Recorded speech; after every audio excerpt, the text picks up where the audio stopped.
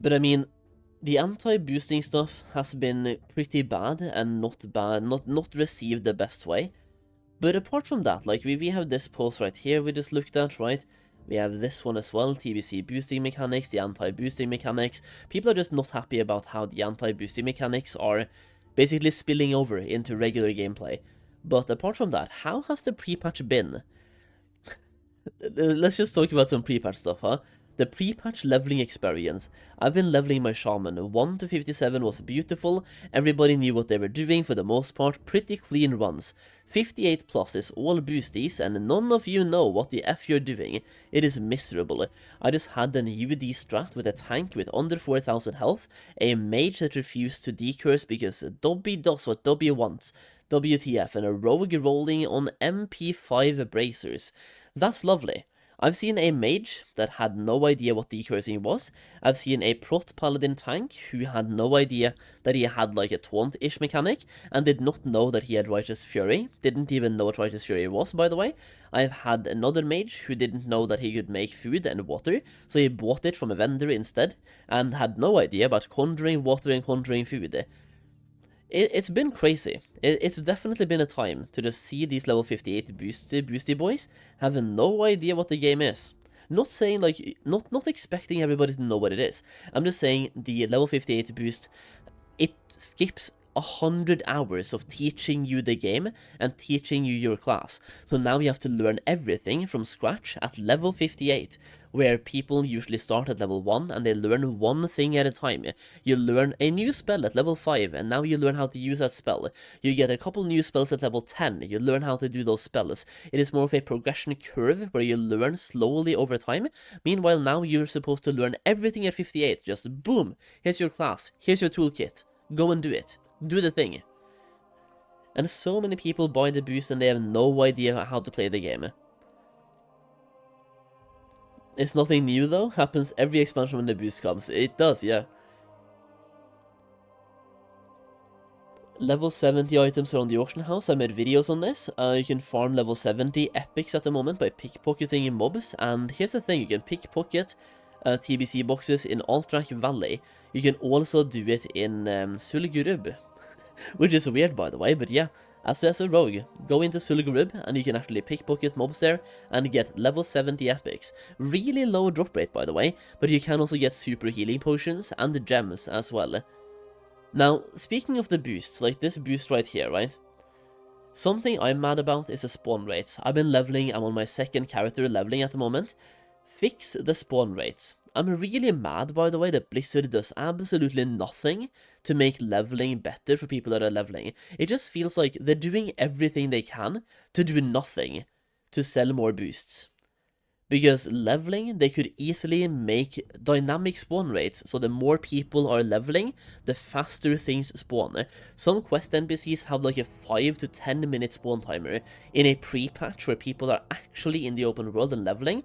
Why not just make those spawn faster based on how many people are in the open world? And also, anybody remember the anniversary event we had back in November, where they gave us the permanent Onyxia world buff? Why not enable that for the pre-patch? I mean, anniversary events in retail usually last for a month. The buff we had in Classic lasted for 6 days. Why did we only get 6 days of anniversary in anniversary, when retail has it for 3 to 4 weeks? Where does that make sense? It's almost like they're making leveling as bad as possible to make you buy more boosts, which would be a business decision, can't really fault them for trying to make money, but at the same time, the boost is such a lucrative offer anyway. They can make leveling better and more enjoyable and still sell boosts. I don't even think it would cut into their profit margins that much.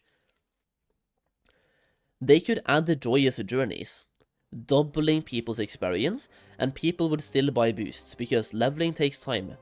If you can pay, like right now leveling takes about 100 hours of slash played, by the way, so 60 bucks to skip 100 hours. If they give us a joyous journeys, now it's suddenly 50 hours of gameplay, but you still pay 60 bucks to skip 50 hours of gameplay.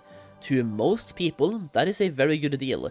Most people make more money than that working a job, so they can work for 3 hours and pay for a boost. and skip 50 hours of gameplay. Which, once again, to most people that value their time, is a good deal. I believe Blizzard could do so many things to make leveling more enjoyable, and people would still pay for the boosts. It would just make everybody happy, you know? It also would show that they actually care about people, instead of only caring about money. It's like, here, have some quality of life for leveling, but we still sell a boost, but if you decide to level, at least we care about you as well, by giving you some stuff. Like a permanent world buff, joyous journeys, dynamic spawn rates, or any one of those three. We don't even need all three, just one of them. It's been almost 5 years since Mad Season dropped this video, and it's clear that the player base did not learn anything. This is the ballad of the ballad of the level boost, right? The 1 hour video Mad Season Show made on the level boost when it came out in TBC the first time. Leveling is in a poor state. There are so many people leveling right now without the boosts. There are, and there could be more, and we could all have a much... Well, leveling isn't in a poor state. We definitely could have a better state of leveling right now by giving people some dynamic spawn rates, faster spawn rates, more experience, permanent world buffs, I don't know.